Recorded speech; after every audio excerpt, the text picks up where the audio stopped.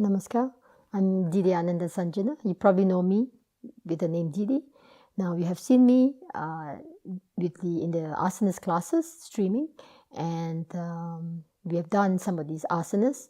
But now we are going to introduce to you the series of Rajadhiraj asanas in order for you to establish a good foundation in your practice that will help you enhance your meditation, your spiritual practice, as well as promote your health and well-being.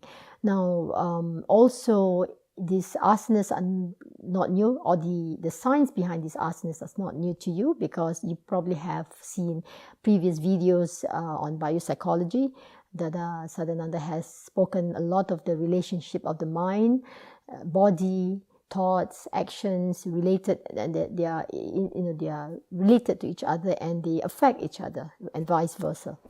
So that's how the system of the asanas are practiced based on this. How do we promote our health and well-being naturally? We have that innate qualities in us that we are able to use to maintain our well-being.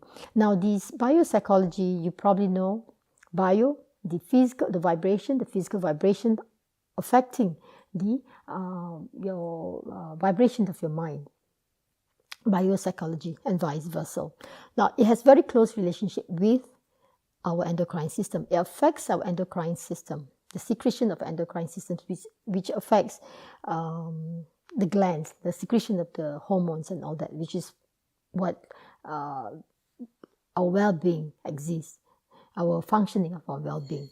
Now, this system, based on yogi, many years ago, they have discovered the what you call subtle energy centers. We call them chakras now. You know, they're called chakras. They are the controlling points of our vrittis or propensities.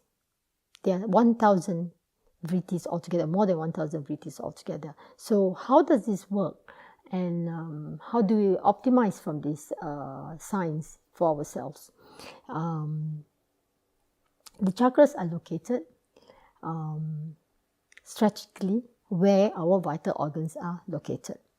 The Muladhara chakra, or the root chakra, okay? It controls a certain fundamental factor, elements of our being, the root, the solid factor, the first one. Second, the sacral area, it's called Svadhisthana, and it controls the liquid factor. And then we have the abdomen chakra, which controls the luminous factor, light, and it's the factor. And then we have the heart chakra, okay, Anahata chakra, which controls the aerial factor. And then we have the throat chakra, which controls the ethereal factor, and then which is called Vishuddha chakra. And then we have in between the brows, which is called Agya chakra. It controls the mind. And then we have the crown chakra, which is called Sahasrara chakra. It's the seat of a pure consciousness. Now, they are very much related to our expressions. As you learn already in the videos, how, when we have fears, we see butterflies in our stomach. So it's very much related to our actions, to our state of mind. Now, this system has actually been was also explained by Ashtavakra 2,000 years ago. He wrote the Samhita, Ashtavakra Samhita. He explained this process of biopsychology, which was not very much promoted. And in the 20th century, Sri Anandamurti actually reintroduced this system. And he has selected 42 different asanas. And more than that, we have mudras and some of the pranayama practices that helps to enhance our well-being. So what are they? How do they work? The system works on our endocrine system, also affects our nervous system, and that's why there's breathing method in the asanas, how we do the asanas. Affects our immune system, our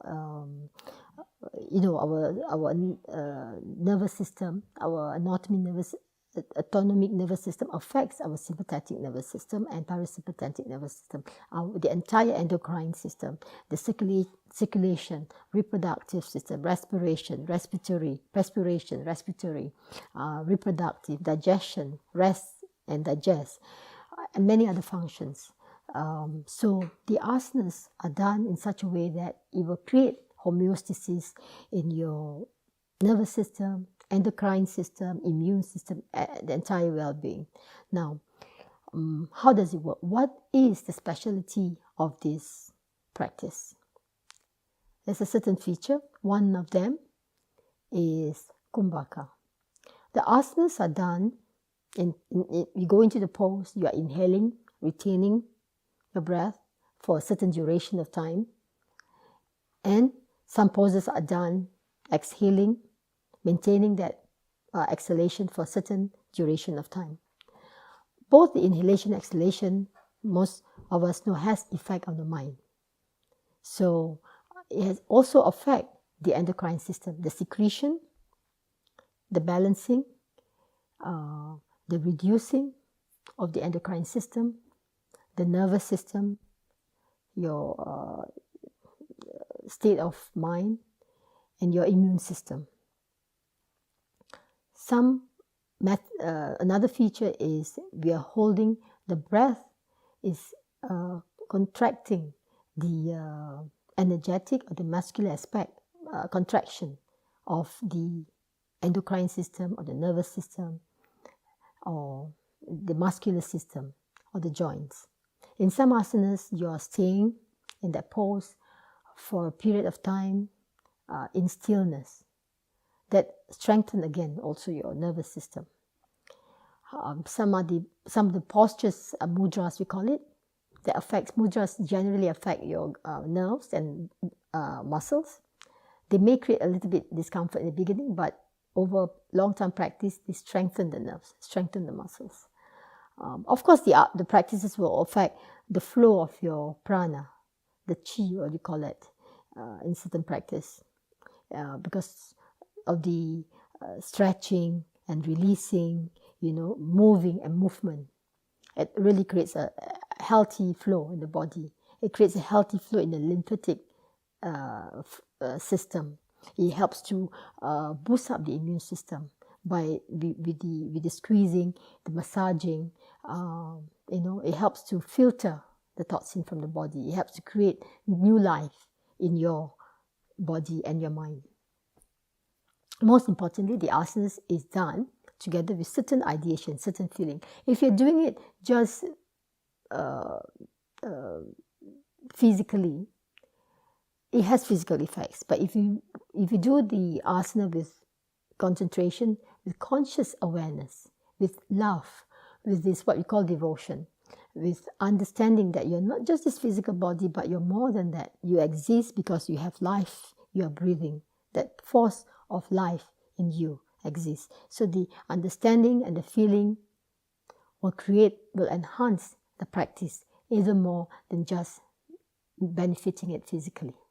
So the entire practice may be interesting for you, even as a teacher or practitioner or beginner, to imbibe this as a foundation in your life so you can enhance your spiritual well-being, promote your health and the overall homeostasis in your life. Now, please join us. There are only about 42 asanas, but there are more mudras. There are also mudras and other pranayama practice that you can learn and master. And the series of the videos will also feature warm-ups or other movements and poses where you can learn. It's interesting because certain feature will be there, like featuring strengthening your back condition or strengthening your knees or building up that stability and empowering that strength and on mobility, whichever is needed by you. And that can be, again, a practice with other asanas that you do. So besides learning the asanas, how to do it properly, understanding the contraindications so you will get into it safely, and injury-free, and mastering it. You are also able to gain from other practices that you could include into your daily practices with the other asanas or practice that you're doing. So please join us. The series, what we call establishing a healthy foundation, will be launched soon on this channel.